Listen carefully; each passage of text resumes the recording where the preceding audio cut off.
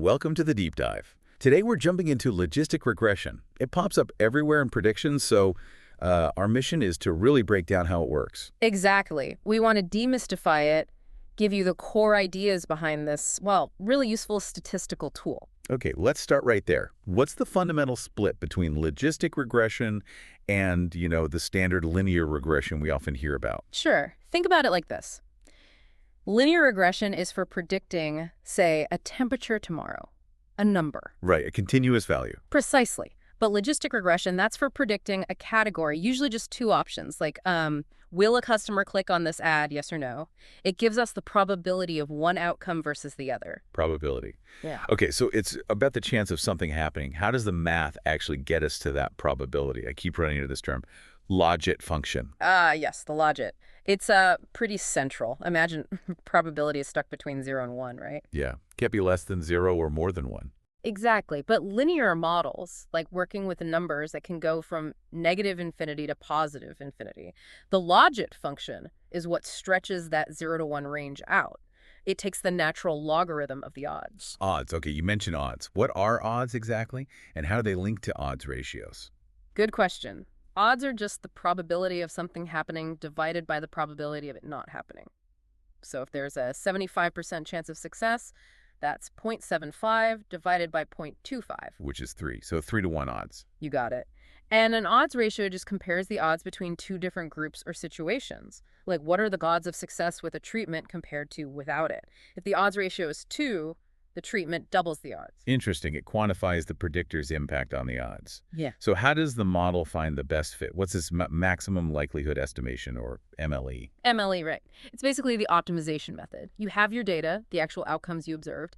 MLE finds the model parameters, the coefficients that make observing that specific data as likely as possible. So it's like tuning the model to best match reality. Yeah, that's a good way to put it. Finding the parameters that maximize the likelihood of what you actually saw. And once we have this tuned model, how do we judge if it's, well, any good? There are a few ways. Deviance kind of compares your model to a hypothetical perfect model. Then you have pseudo R-squared values. Pseudo, so not quite like the R-squared in linear regression. Not exactly. They give a rough sense of variance explained, but need careful interpretation. And of course, you look at classification accuracy. How often does it predict the correct category?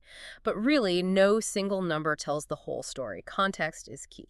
Makes sense. What about the foundations? Are there key assumptions we need to keep in mind when using logistic regression? Definitely. First, the outcome has to be binary, or at least convertible to binary for the basic form. Yes, no, click, no, click. Got it.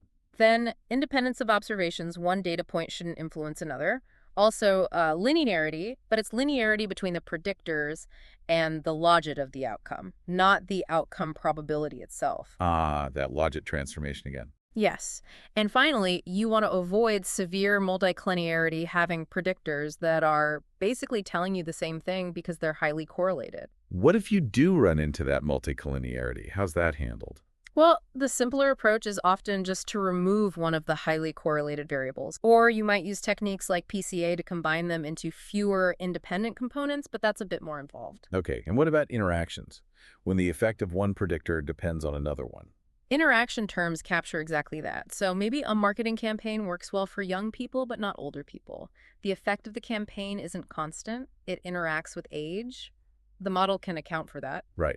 And ROC curves, they seem important for evaluation. They are. An ROC curve plots the true positive rate against the false positive rate at all sorts of different decision thresholds. It visualizes the trade-off. So how well it separates the yes from the no cases. Exactly. And the area under the curve, the AUC, summarizes that.